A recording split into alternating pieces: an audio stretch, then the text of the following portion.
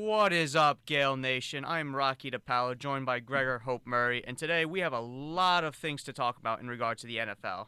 Now, Gregor, the first thing we got to talk about is obviously Tom Brady's suspension that got uplifted. Yep.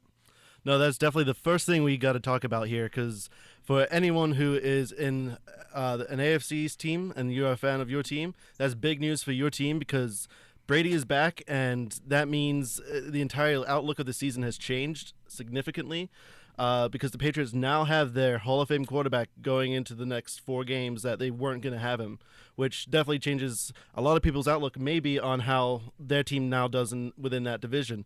Also affects some of those teams that are actually playing in those games, such as Steelers, the Cowboys, and the Jaguars. Those 3 teams were initially going to skate by without having to face Tom Brady, and now they will have to prepare for him, which they also now have to worry about. Now, as a Patriot fan, you must be ecstatic. Oh, I'm through the roof. I cannot get over the fact that Brady got this completely revoked.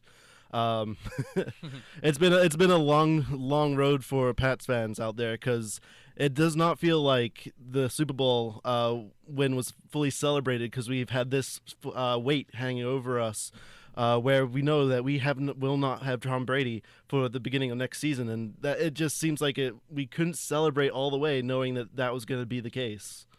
And you know what? This with the suspension being uplifted, you know what this makes the Patriots again? Uh, Favorites. It makes them Super Bowl contenders again. Yeah. Because in all fairness, every year when a team wins a Super Bowl, I always give the team or the defending champions a chance, saying, you know what, I'll consider them as a contender. In all fairness, so you figure you have one of the greatest quarterbacks in the league, you have a chance. I mean, the Patriots always have a chance when they have Tom Brady and Bill Belichick.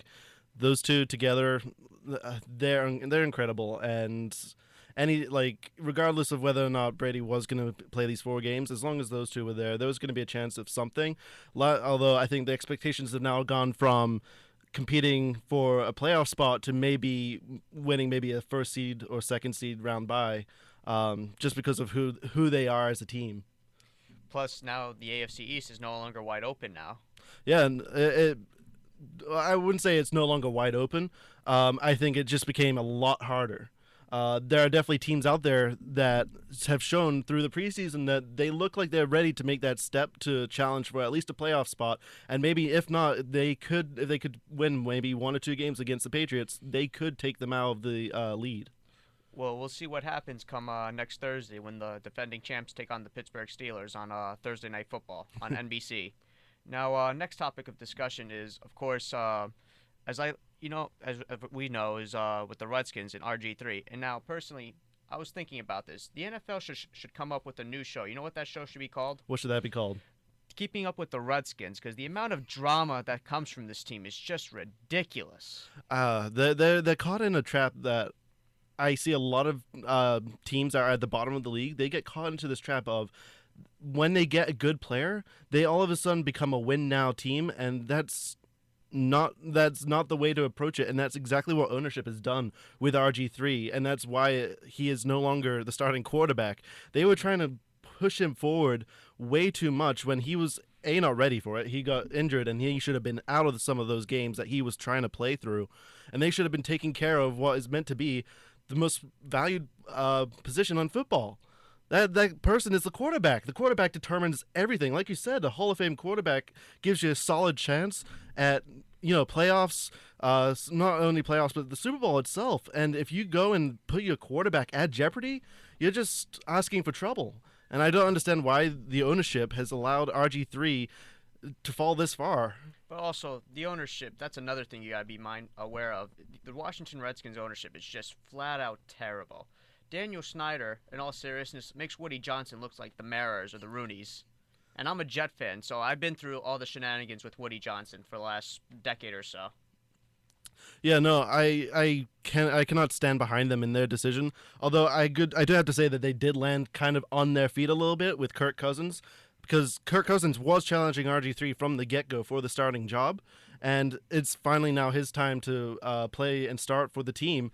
And I don't think it's that bad of a fallback to land on Kirk Cousins when you've had him all along. So now the million-dollar question is, now with the preseason being over, does RG3 stay with the Redskins or do they cut him? No, I think he's gone at the end of this season. I don't think the Redskins. So you would think he's going to be on the roster for this season? Oh, he'll be on the roster for this season. I think it's safe to keep him around as a backup and nothing more than that, and hopefully you never have to play him.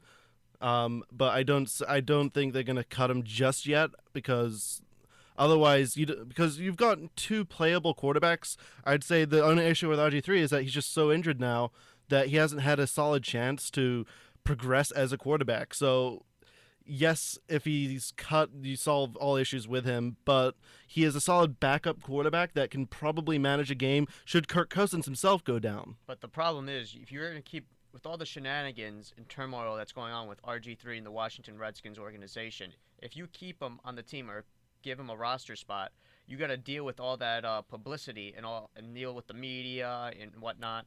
I see. I don't think ownership's against that though.